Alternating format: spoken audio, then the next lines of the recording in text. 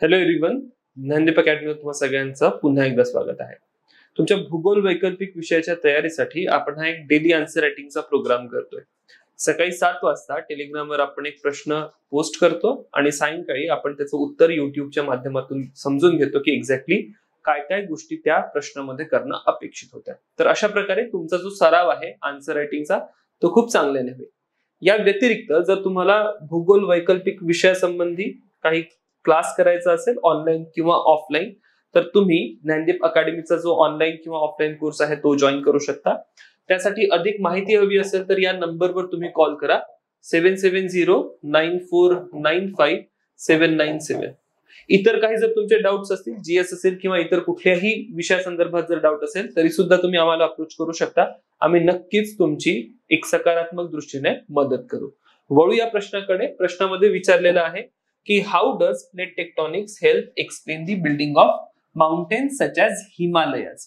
भूपट्ट विवर्तनिकी कशा प्रकारे हिमालयांसारख्या पर्वतांच्या निर्मितीचे स्पष्टीकरण देते. आता हा जो प्रश्न मी विचारतोय, एक मुद्दा लक्षात घ्या. माझा प्रश्न आहे पेपर 1 मधला, राईट? पेपर 1 चा सेक्शन ए. प्रश्न तुम्ही पहिल्या ग्लान्स मध्ये जर बघितला तर तुम्ही एक चूक काय करू शकता. या प्रश्नामध्ये एवढाच पॉइंट आहे, बाकी मग स्टॅटिक मध्ये जे काही डिस्कशन आहे ते सगळं डिस्कशन जशाच तसं आहे. तुमच्या हाताने चूक काय होईल ते सांगतो. तुम्ही चुकाल की हिमालय पर्वतांची निर्मिती कशी होते, राईट? तर या ठिकाणी तुम्ही उत्तर लिहिणार चुकून की हिमालय पर्वतांची निर्मिती कशी झालेली आहे त्याची एक सविस्तर माहिती देणार. त्यामध्ये कदाचित तुम्ही हे म्हणणार की हिंद महासागराचा भूपट्ट आहे किंवा युरेशियाचा भूपट्ट आहे, टेथिसचा महासागर आहे, टप्प्याटप्प्याने बृहद हिमालय, मध्य हिमालय, शिवालिक या सर्व रांगांची उत्पत्ती होत जाईल, राईट? अशा प्रकारचं काहीतरी तुम्ही तिथे लिहून या. पण ते विचारलं आहे का, राईट? या ठिकाणी विचार करा शब्द काय वापरले, हिमालयांसारख्या पर्वतांची निर्मिती, राईट? जेव्हा आपण प्लेट टेक्टॉनिक्स मधनं पर्वतांची निर्मिती बघतो तर 2 किंवा 3 प्रकारची पर्वत निर्मिती आपण त्यामध्ये बघतो, राईट? एक पर्वत निर्मिती आहे ती म्हणजे अँडियन प्रकारची निर्मिती. अँडीज पर्वत ज्या परिस्थितीमध्ये, म्हणजेच एक भूखंडीय भूपट्ट आणि दुसरा महासागरीय भूपट्ट, दोघांचा आघात होऊन अँडीज सारख्या पर्वतांची निर्मिती झाली, ती Andean type of mountain building, right? Other than that आपण एक कॉर्डिलेरा प्रकारची पर्वत निर्मिती बघितली. कॉर्डिलेरा प्रकारची पर्वत निर्मिती म्हणजे त्या ठिकाणी मोठ्या मोठ्या पर्वत रांगांचा समुच्चय, रॉकीज सारखे पर्वत असेल किंवा अमेरिकेचे वेस्टर्न कॉर्डिलेरा असा आपण शब्द प्रयोग केला होता की कुठेतरी दुसरीकडे पर्वतरांग निर्माण झाली आणि ती पर्वतरांग भूपट्टासोबत येत येत पुन्हा या जमिनीच्या भागावर आघात करते आणि एक इकडे पर्वतरांग निर्माण झाली, दुसरीकडून बनून आलेली दुसरी पर्वतरांग, अशा प्रकारची कॉर्डिलेरा होती. तिसरा एक प्रकार आपण बघितला होता घडीच्या पर्वतांमध्ये, तो म्हणजे हिमालयासारखी पर्वती. हिमालयासारख्या पर्वत निर्मितीमध्ये 2 भूखंडीय भूपट्टांचा आघात होतोय. तर मुद्दा तुम्हाला जो मांडायचा होता या ठिकाणी हा मांडायचा आहे, राईट? हिमालयांसारखी पर्वत निर्मिती काय होते, क्लिअर? हिमालय पर्वतांची निर्मिती विचारलेली नाही. पुढे इंट्रोडक्शन मध्ये मग तुम्ही काय लिहू शकता ते लक्षात घ्या. इंट्रोडक्शन मध्ये ऍज सच काही खूप जास्त क्रिएटिव्ह लिहिण्यासारखं नाहीये, राईट? खूप जेनेरिक ब्लँड इंट्रोडक्शन मी या ठिकाणी केलेलं आहे. तर इंट्रोडक्शन मध्ये मी काय म्हटलं की भूपट्ट विवर्तनी सिद्धांतानुसार घडीच्या पर्वतांची निर्मिती 2 भूपट्टांचे अभिसरण होत असते आणि या प्रक्रियेमध्ये किमान एक भूपट्ट कसा असला पाहिजे, भूखंडीय कॉन्टिनेंटल प्लेट असली पाहिजे. तर अशा प्रकारची एक सिंपल स्टार्ट मी केली आणि मग खालील पद्धतीने निर्मिती होते ते सांगतो. आता उत्तर लिहिताना त्या पूर्ण प्रक्रियेला एक सोबत लिहू नका, राईट? ती पूर्ण जी प्रक्रिया आहे मी 3 टप्प्यांमध्ये या ठिकाणी डिवाइड केली की पर्वत निर्मितीच्या पूर्वची स्थिती काय होती, त्यानंतर अँडियन प्रकारच्या सीमेची पहिले निर्मिती होते आणि शेवटी मी सांगितलं अवसादाची अभिवृद्धी होऊन भूखंड आघात होतो व हिमालय पर्वतांची निर्मिती होती. या 4 टप्प्यांमध्ये तुम्ही ही पर्वत निर्मिती सांगू शकता. अगेन एक रिप्रेझेंटेशनचा पॉइंट सांगतो, मी नाही केलेला आहे पण तुम्ही एक इम्प्रुव्हमेंट करू शकता, राईट? इम्प्रुव्हमेंट काय करू शकता की टप्पे या ठिकाणी सांगा की सगळ्यात पहिला टप्पा एक फ्लो चार्ट किंवा फ्लो डायग्राम ज्याला आपण म्हणतो.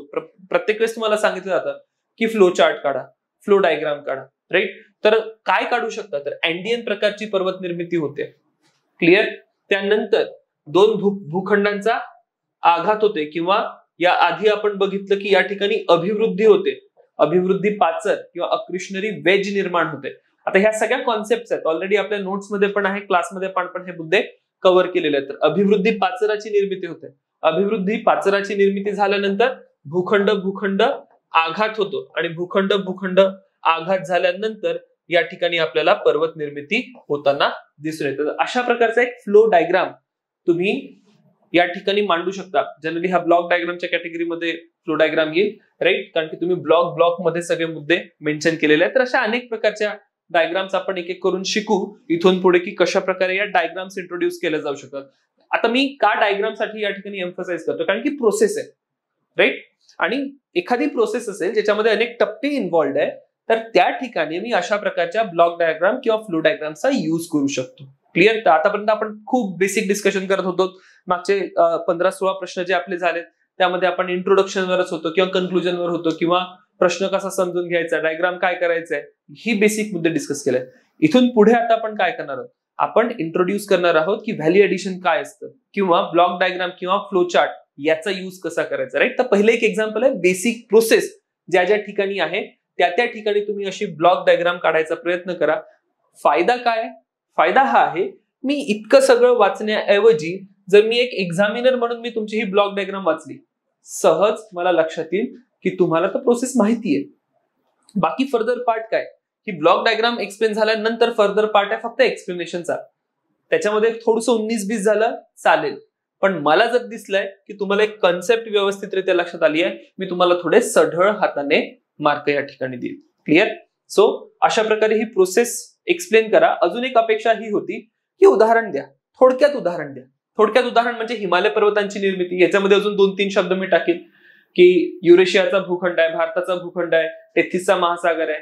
त्याच्यामध्ये अगेन जे टप्पे आहेत, पहिले द्रास प्रकारच्या वोल्कॅनिक आर्कची निर्मिती होते, राईट, आणि त्यानंतर मग हिमालयांची निर्मिती होते. हे काही 1-2 मुद्दे 20 एक ओळीमध्ये तुम्ही एक उदाहरण देऊ शकता. दोनपैकी कोणतंही एक उदाहरण स्पष्ट करा. आपलं एक नॅचरल टेंडन्सी असेल की आपण हिमालय पर्वतांची निर्मिती या ठिकाणी स्पष्ट करू. आल्प्स पर्वतांची निर्मिती आठवत असेल तर ती सुद्धा तुम्ही स्पष्ट करू शकता. फर्दर आकृती काढणं अत्यंत आवश्यक आहे. ते या ठिकाणी तुम्ही बघू शकता. आकृतीमध्ये आपण जी चर्चा केली ते सगळं दाखवलंय. पहिले अँडियन प्रकारची सीमा निर्माण होते, त्यानंतर मग जे हिमालयन सारख्या पर्वतांची निर्मिती होताना आपल्याला दिसते. क्लिअर? फर्दर मग कन्क्लुजनचा मुद्दा येतो. कन्क्लुजन मध्ये काय लिहू शकतात, अगेन ह्युमन जिओग्राफी मध्ये घेऊन जा की कशा प्रकारे हे जे घडीचे पर्वत आहे मानवी जीवनावर बऱ्यापैकी प्रभाव टाकतात, किंवा थोडंसं मागे जा. सगळ्यात महत्वाचा प्रश्न काय होता भूगोलामध्ये, घडीच्या पर्वतांची निर्मिती कशी होते, तर प्लेट टेक्टॉनिक्स किंवा भूपट्ट विवर्तनिकी एक समाधानकारक उत्तर देतं पर्वतांच्या निर्मितीबाबत. असं काही एक कन्क्लुजन तुम्ही या ठिकाणी करू शकता. फाईन. सो हा होता आजचा प्रश्न. भेटूया आता उद्याच्या प्रश्नामध्ये.